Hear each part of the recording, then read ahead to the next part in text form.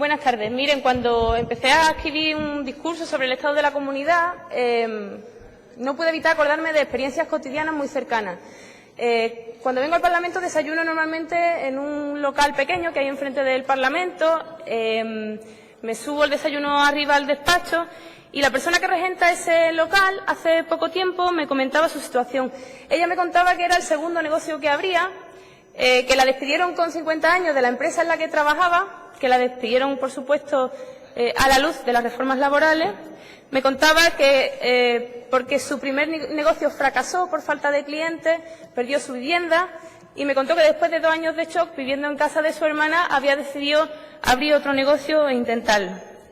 Esta mañana, Esperanza, que así se llama, me ponía una napolitana del día de ayer. Yo normalmente solía ir porque la napolitana estaba calentita a la hora a la que yo llegaba al despacho, pero me contaba que tiene dificultades serias para sacar el género y que tiene mucho miedo. Ella, que vive al lado del albergue de San Fernando, ve cómo cada día pasan las personas sin hogar, camino del albergue, del hogar para personas sin hogar que tenemos ahí al lado.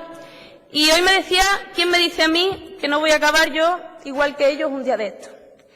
Suele preguntarme que cómo va la cosa. Claro, con la cosa se refiere a la situación económica, porque de alguna manera habla conmigo no como si yo fuera la líder de la oposición o una portavoz de la oposición, sino porque entiende que yo soy corresponsable de la situación de alguna manera, o al menos que tengo en mis manos la posibilidad de cambiarla. Yo creo que saben exactamente cómo me siento. Y cuando me pregunta cómo va la cosa, yo no puedo engañarla. Y no es que no pueda engañarla porque de alguna manera, siendo oposición, todo tiene que parecerme mal, sino porque no encuentro rasgos, indicadores, datos que me ayuden a tener más esperanza y a trasladárselo a Esperanza, valga la redundancia. Ella tiene miedo a arruinarse por falta de clientes, tiene miedo a no cotizar lo suficiente para poder cobrar una pensión digna. Le pido, por favor, que... Señora Rodríguez Rubio, creo que ya se ha hecho el silencio en la sala. Le pido que pare el reloj, por favor, si no le importa cuando le pido intervenir, porque son muchas cosas y muy poco tiempo.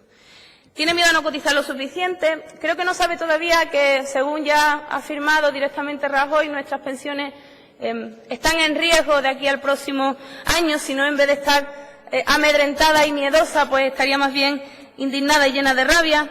Tiene miedo a pasar a formar parte de más del 1 millón de personas que en Andalucía están en situación de pobreza extrema, porque esa funesta cifra no para de crecer, porque ha crecido un 4% en los últimos 2 años y porque efectivamente ya puede ser la siguiente.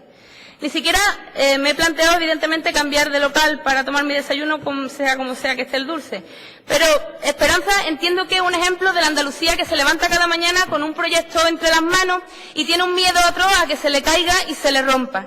Y vive mucho peor que en 2013, pues cuando la señora Díaz llegó al gobierno, aunque no creo que sea exclusivamente por ese hecho histórico. Ella es de los de abajo de los que hablamos, pero es que las personas que pasan por delante de su local, camino del albergue de San Fernando, no son ni siquiera los de abajo, sino que son los de fuera. ¿El estado de la comunidad? Pues así, con un pie dentro y con un pie fuera. Decía Blas Infante, he visto entregar a esta tierra a aventureros de la política, a advenedizos que hacen de ella asiento de su cretina vanidad y base de su mezquino interés. Los que hacen de la política una profesión exclusiva y excluyente como una propiedad suelen hablar de conflicto entre ideas y realidades. La diferencia entre ellos y nosotros, decía Infante, es esta. Para ellos, las realidades de un país son los intereses creados. Para nosotros, las realidades de un país son los dolores creados por esos intereses. Vamos a hablar de modelo productivo.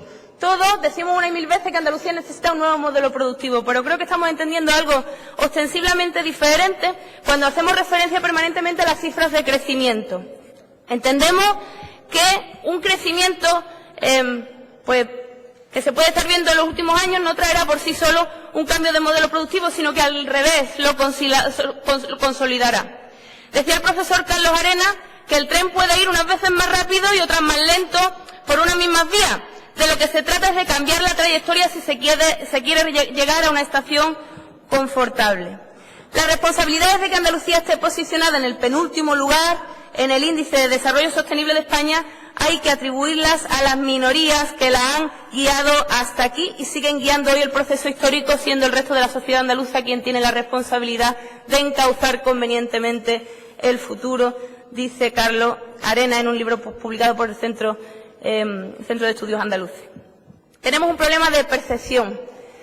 Usted, señora Díaz, ve una Andalucía en la que en algunas ocasiones me encantaría vivir. Una Andalucía donde efectivamente los servicios sociales son suficientes para contrarrestar la desigualdad, donde efectivamente la educación y la sanidad están bien dotadas y van mejorando. Una Andalucía donde el desempleo va pasando a ser una pesadilla del pasado, de un momento concreto de crisis, pero lamentablemente no veo esa Andalucía más que cuando la escucho en esta Cámara.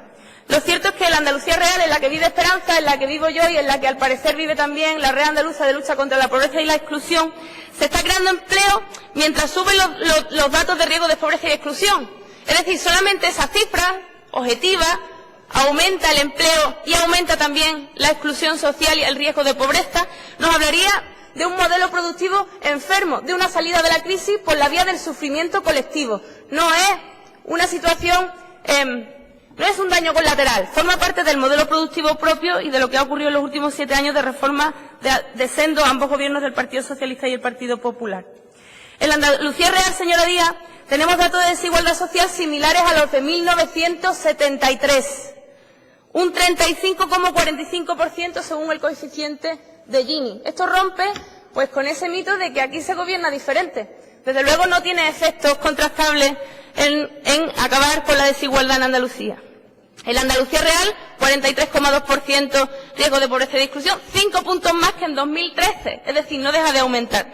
En la Andalucía real, decía usted esta mañana, 3 millones de pobres en España, pobres severos, de ellos un tercio son andaluces y especialmente andaluzas. Y estamos 4 puntos por encima en riesgo de pobreza y exclusión respecto al resto del Estado desde que usted es presidente, aunque insisto, no creo que sea el resultado directo de este hecho histórico cercano.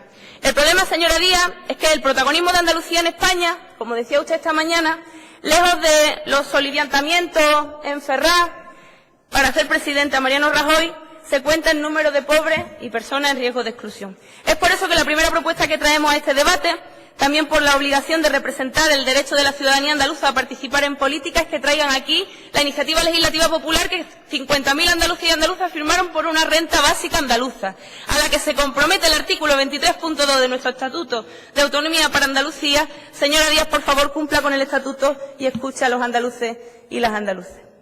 En su Andalucía, señora Díaz, la Ley de Servicios Sociales vendría a paliar esta situación, pero observamos cómo viene una Ley de Servicios Sociales que está siendo ampliamente criticada no solo por los grupos de la oposición, sino también por los profesionales del ramo, porque abre la puerta a la privatización de la gestión de los servicios sociales. Es de una desinversión progresiva de estos servicios, de unas dificultades serias para paliar los efectos de la desigualdad en nuestra tierra, vamos a una privatización al más puro estilo de lo que ha hecho el PP de toda la vida. La segunda medida que traemos a este debate es eliminar la posibilidad de privatizar los servicios sociales de la ley que estamos debatiendo y lo traeremos en forma de resolución. En su Andalucía hacen todo lo posible para acabar con la pobreza energética y la emergencia habitacional, pero resulta que en los 2 primeros trimestres de este año 2.900 familias han sido desahuciadas. Y en su momento dijeron que la ley de emergencia habitacional y pobreza energética no era necesaria porque ya se estaba haciendo lo suficiente, porque ya se estaba saliendo de esa situación. Y lo hicieron no haciendo una pinza, sino haciendo una tenaza el Partido Socialista y el Partido Popular. Su Andalucía, señora Díaz, cumple con los compromisos para paliar las situaciones de especial vulnerabilidad. Pero en la Andalucía real se tarda 1 año en cobrar el salario social por parte de las familias que están en grave situación de vulnerabilidad. Le pedimos, y esta es la tercera propuesta que vamos a lanzar en forma de resolución, y se lo pedimos junto a la Oficina del Defensor del Pueblo Andaluz, que el pago del salario social tenga la prioridad de las nóminas y no engrosen los capítulos de funcionamiento de las delegaciones territoriales como hasta ahora, para acelerar ese pago, que es un pago de emergencia, para situaciones muy graves. En la Andalucía de ustedes, señora Díaz, se hace lo posible para evitar la pobreza energética y la pobreza hídrica, pero de hecho hay cortes de luz y de agua entre las familias que sufren las consecuencias del desempleo. Nosotros sí podemos paliar esta situación. Nosotros sí podemos, como pedía el defensor del pueblo, que no son debates estancos, el del informe del defensor y este debate. Esto no es un ring de boxeo para darnos la guanta que toquen dar en función de la actualidad, sino que tenemos que recuperar el guante que nos echa la oficina del defensor, modificar la Ley 9/2010 de aguas para incluir el derecho humano al agua, reconocido ya por la UNESCO para las personas que no lo puedan pagar y según el cual se prohibirían los cortes de agua a las personas en situación de pobreza hídrica y garantizar un suministro vital de 100 litros de agua al día garantizado. Porque además estoy convencida de que si las familias andaluzas tienen menos dificultades para pagar sus necesidades básicas, podrán ir a tomar café y a comprarse dulce al negocio de Esperanza. Hemos hablado de mecanismos urgentes para atender a las personas que lo están pasando peor en Andalucía. Si hace un rato usted se quejaba del maltrato del PP en Andalucía, yo le recuerdo a quienes cada día enfrentan en primera persona, porque algunos son de su partido, el sufrimiento de los andaluces y las andaluzas, que son los ayuntamientos. Pues paguen la deuda que tienen con los ayuntamientos y las universidades, aunque solo sea para poder seguir centrando sus réplicas en la política gaditana. Paguen la deuda con los municipios y entonces la responsabilidad será más nuestra. Si hablamos de empleo, señor Arias, más allá del baile de cifras, hay que evitar que nos acostumbremos a la temporalidad y a la parcialidad como una enfermedad incurable de la economía andaluza. No puede ser que digamos las cifras de septiembre suelen ser malas. Ese es el comentario de los pasillos cuando salen esas cifras tan nefastas. Andalucía tiene la creatividad y los recursos suficientes para poder tener una economía que no solo sea de verano, de Navidad y de Semana Santa. Por tanto, hay que pensar qué hemos hecho en políticas de empleo. ¿Y qué es lo que observamos? Pues observamos cómo la formación profesional para el empleo ha estado paralizada desde el año 2011, lo prometieron en el año 2014, volvieron a prometerlo en 2015 y va a pasar 2016 como año en blanco para la formación profesional para el empleo en Andalucía. Hoy se ha vuelto a anunciar, pues espero que llegue pronto. Reconocen, y lo reconoce su consejero de empleo, no nosotros, haber pedido 800 millones de euros de fondos europeos para este fin, como consecuencia de no haber sacado los cursos. ¿Ve qué difícil resulta confiar en nuevos compromisos cuando los que tenían antiguos no se han cumplido? Planes de empleo. No se puede decir que se crean 60.000 empleos, porque sabemos que no es verdad. Es una renta paliativa que efectivamente es necesaria, es fundamental. Por eso es necesario que 2017 no sea otra vez un año en blanco para los planes de empleo en Andalucía, como parece que va a ocurrir, y si no se lo recordaré en algún pleno de diciembre. Inversión en empleo.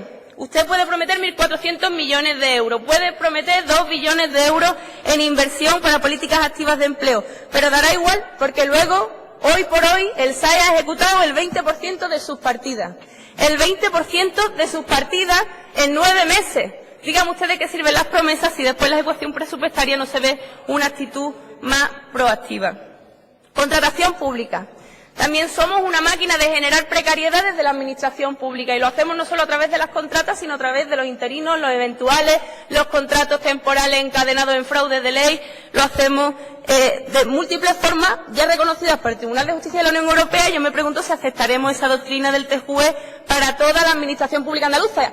Y cuando digo para todas, digo para todas, porque cuando se plantea las 35 horas, a mí me parece muy bien, pero parece más bien un brindis al sol cuando solo se plantea además para la administración pública y no para los que somos docentes y no para los que son sanitarios y no para los que trabajan en justicia. Díganme ustedes qué recuperación de derechos es. Le pedimos que le devuelvan las 35 horas a todo ello y nosotros nos esforzaremos porque así se haga y recuperar el resto de derechos perdidos. Cláusula, por favor, señor presidente, discúlpeme. Señoría, le ruego a su señoría silencio. Hombre, yo no me molesto, normalmente estoy muy lejos para molestarlo. Si me deja, yo intento que la sala guarde silencio, pero tiene usted que también ser condescendiente, porque es muy difícil mantener el silencio de todo y cada uno de sus señorías. Señoría, sigue teniendo el uso de la palabra. Cláusulas sociales y medioambientales. Efectivamente está bien empezar a hablar de ellas de una forma que parece materializarse un poco más después de que ha sido un compromiso de hace 3 años. Pero lo cierto es que lo que tenemos es un acuerdo y una aceptación del Gobierno por parte de ese acuerdo. Pero de momento no hemos visto ningún decreto. Estamos esperando a que llegue y esperanzados en que llegue pronto. Queremos además que haya una mesa de control, no solo que proponga medidas legislativas para poner en marcha esas cláusulas sociales y medioambientales, sino que también puedan participar en esos procesos de selección pública para garantizar que efectivamente se cumplen. Además, pedimos revisar los contratos que hasta ahora hay para que se cumplan esas cláusulas sociales y ambientales, para ser coherentes y para entender que lo que hacemos aquí sirve para algo, tiene alguna concreción material. Pedimos el cumplimiento de las PNL de los servicios de emergencia, del 061, del 112, de Salud Responde, acabar con la precariedad del personal subcontratado en educación y sanidad, que es mucha y es amplia. Por otra parte, además de la administración pública, hay que decir que nada de lo que ocurra en Andalucía nos debe ser ajeno. Las políticas económicas, como decía mi compañera Carmen Lizarra en la Comisión de Economía, no son neutras. No podemos estar en esta Cámara sin preocuparnos de situaciones de precariedad absoluta en uno de nuestros sectores pilares, banderas y fundamentales en Andalucía, como es el turismo. Hemos visto trabajadoras camareras de hoteles que están cobrando 1 euro trabajando a destajo por cada habitación que limpian. Nosotros tenemos que poder hacer algo al respecto, aparte de pedirle a ustedes, señores del Partido Socialista y en particular señora Díaz, que cuando tenga ocasión la próxima vez de susurrarle cosas al oído a Mariano Rajoy le pida que derogue la reforma laboral. Eso sería una buena idea.